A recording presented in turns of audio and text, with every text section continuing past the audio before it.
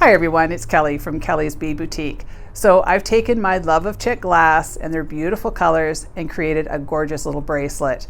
I think you guys are really going to love this one. So if you want to see how I make it, come and join me.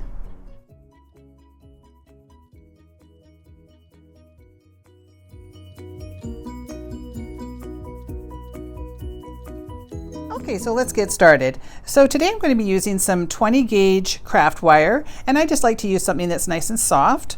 I also have 12 inches of about a 3mm. This is sort of like a fake suede. I don't think it's real suede. And I have 5 little Czech glass rondelles. Now we will have this available in kit form, and it'll be listed below in the description box. And I'm going to have 3 different colors that you'll be able to use and 2 different metals. So this one is going to be this really pretty sort of mottled brown and beige Czech glass.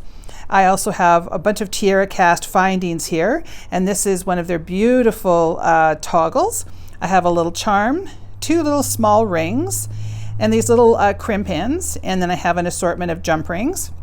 And as far as tools, I'm just going to be using a pair of scissors, some chain nose pliers, some bent chain nose pliers, and some round nose pliers. And I have a link to all of my tools, a little video that I did on them, so I'll put that below. So let's get started here. Okay, so the first thing I'm going to do is I'm going to take my suede and find the halfway point and just give that a little trim. And see, for once I actually did bring a pair of scissors. I never remember them, so I was thinking this time. Okay, so again, now I'm going to take that and put that in half. And I just sort of fold it like that. It doesn't have to be exact. And now I'm going to find the side that I want to use, because these are double-sided, so you can have them mismatched if you want, but I kind of like that side, so that's the side that I want up. Now I'm going to go down through my loop, pop that through there, create like a little loop on the other end, and now I'm going to take those tails and bring them through. So I'm just creating a lark's head knot. So I want to make sure that when I pull it tight, there we go, that it's laying nice and flat. I don't want anything twisted over there. So nice and easy. So I'll show you that again. So fold that in half, create a little loop, find the side that I want. Yeah, it's that one there. So now I'm going to go down through my loop, just create that little loop on the other side, bring that through the end, and then pull it tight. Now you'll see when you can go either way here. You can go that way and it looks like that, or you go that way and it's got that little loop on the top. And that's the side that I like. I think it looks like a nice little decorative feature. So when I've got this together, I want to have those both on the top like that. So it's your design. You can have it upside down if you want, but for me, I like them that way. Okay, so now I'm going to cut myself about 7 inches or so of 20 gauge wire. So now I'm going to come about 1.5 inches down, and I'm going to put it between my chain nose pliers, and I'm going to give it a little bend away. And now I'm going to take my round nose pliers and turn them this way, and I'm going to go about 3/4 of the way up, because I do want a fairly healthy loop on there. So I'm going to go up about here, and that'll help create a nice big loop. So now I'm going to go up and over and straight down, rotate my plier, and then I'm going to bring that right straight to the back. And now you can see it's kind of offset there. So what I do is just rotate it with my hand just to bring that up so that it creates a bit more of a lollipop look. So now I want to come in and go down through the loop, and I just take my fingernail and kind of open that up a little bit, and then that'll pop in there really nicely. So now I'm going to go across that loop with my chain nose pliers, and I get a good grip on that. And I'm just going to use my fingers. I have a bit more control with my fingers, and I'm going to do a bit of a messy wrap. So I'm just going to go around once, twice, and now I'm going to start working back towards my loop there. And of course, mine never end up messy, but it just gives it a little bit of a bulkier look, which is what I'm going for. So I've gone around twice, so now I'm going to come in with the flush side of my cutters and give that a little trim, and always cover that over so that it doesn't go flying off. And then if you have a little burr, which we probably do, we're just going to take our chain nose pliers and give that just a little push, because you want to make sure that that's not poking out. Okay, so now we have our little wrap on there. So now I'm going to take my 5 rondelles and place those on. I really love this color. It's kind of a really pretty beige. It's really nice. Okay, So now I'm going to line that up on there.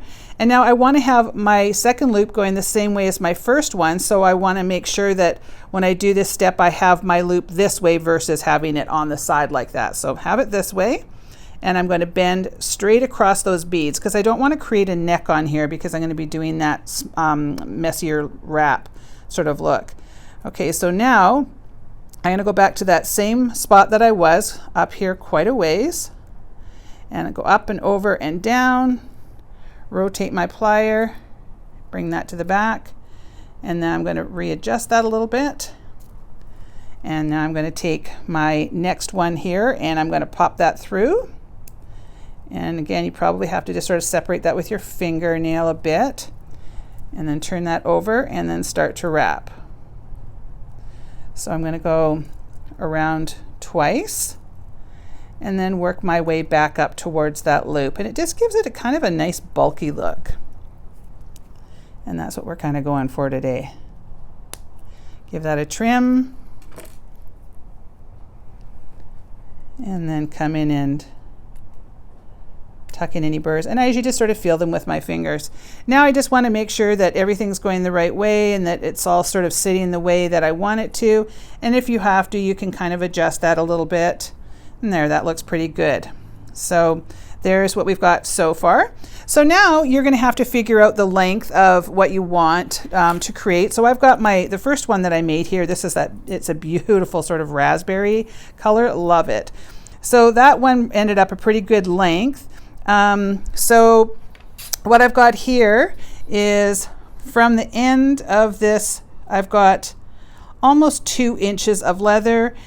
So we can maybe go a little bit, because this is made for me and I've got a bit bigger wrist.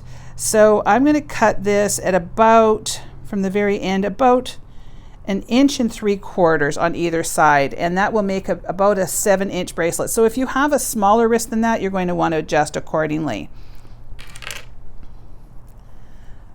So I'm just going to line that up, and then I'm going to place that right there, and then I will find my mark, which is right there. No, yeah, we wanted 1 3/4, right? So I just mark things with my fingernail. I'm not, super technical when it comes to the measuring part.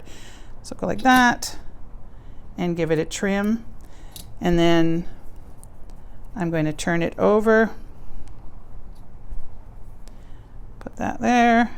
Find my 1 3/4, which is right there. Mark it with my thumbnail and give it a trim. And I get pretty lucky with my measuring, I guess, because I don't panic about it. I just do it. So it all seems to work out in the end. Okay, so now we're going to put these little cord ends on. Now, if you're afraid to crimp these, you can use glue, but I like the way that they look when they're crimped. So what I'm going to do is I'm going to stack these on top of each other just to make it easier to get inside there. And then I'm going to pop them right over the edge there. So you see that they go in really nicely. Now what I do is I take them and sort of widen them out as much as I can so that they're laying about as flat as they can in there. So you see how it is a little bit overlapped on top there, but I've sort of widened it out there as much as I can. Now I'm going to take my pliers and I'm going to come down and give it a squish. Now I don't want to squish up top here because that will damage the ends of these. But I can definitely squish down here, and I just go back and forth, and you can kind of go from all sides if you want and just kind of give it a good squish, and that is not going anywhere. And I love how that looks. I think it looks a really nice, it gives it a really nice finish. Okay, so again, I'm going to line those up on top of each other, put my end on, and then right before I crimp it, always make sure to sort of flatten it out. So all I'm doing is just sort of taking my thumbnail and I'm separating those two to kind of flatten it out a little bit.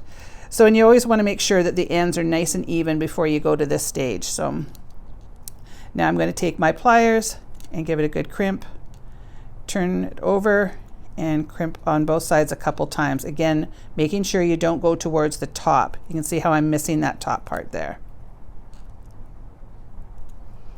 All right, look how nice that's looking. Okay, so now we're going to add all our little end pieces. So now I'm going to take one of my jump rings, and I always like to use the smallest, heaviest jump ring, and this one is an 18 gauge and about a 4.5 millimeter.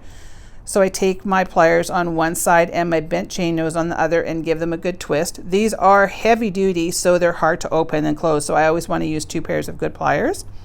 I'm going to pop that through the end there, and now I'm going to figure out which side of my toggle, because they're double-sided and I like that one. So I am going to get that through the hole there, and now I'm going to have to turn those over and come in and give that a good close.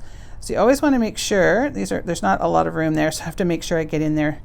So sometimes you have to kind of boss this around a little bit, but if you sort of jiggle it back and forth, it'll get in there nice and tight. So on one end, the one with the loop, you can always just use 1 jump ring.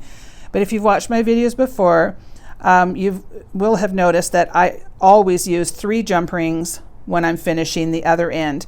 If you were just to use 1 jump ring, you're never going to get the end bar up through that loop, and that's where most people go wrong. They can't get their bracelet on, so they're pulling and pushing on it, and then something breaks. So you have to make sure that you are adding enough jump rings to give it that freedom to go up inside, and I'll show you what I mean once I get this last one on. So just do these up nice and tight, and they are hard to do. I've got really strong hands and I do struggle a little bit with them myself, so you just kind of have to show them who's boss. Okay, so get that last one on there and make sure to put in your toggle end. When I'm teaching classes, that's something that happens a lot.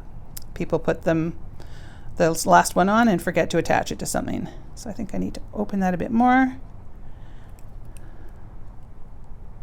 All right, and give that, there we go. Get that in there nice and tight. So now when I go to do it up, it can actually go up inside nice and freely. You can see how if I didn't have those jump rings on, I would have to turn it at this point and I wouldn't be able to. So now it can go up inside and turn nicely.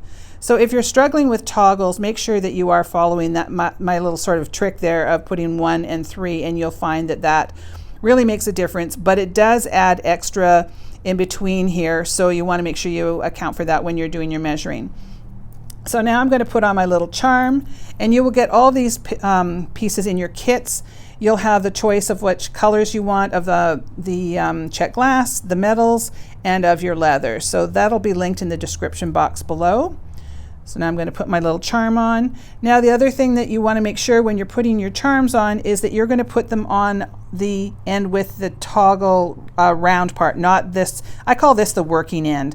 And if you put a little charm there, it's just going to get caught up in all the business of putting that through. So I always make sure that I put it through on this side. So, or this end I should say. So I'm just going to pop that in there, and I just find a little place for it to go. It'll fit nicely in there.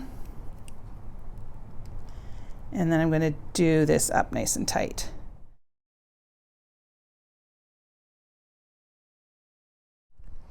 All right, so there you go. There's our completed project.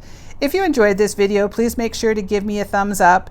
Please leave me a comment. I'd love to hear from everybody. And if you haven't already subscribed, please make sure to subscribe to my channel and make sure to ring that little bell icon. I upload a new video pretty much every Monday at 12 o'clock Pacific Standard Time, and that little bell will notify you when my video has been posted. So once again, thank you for watching, and we'll see you on the next one.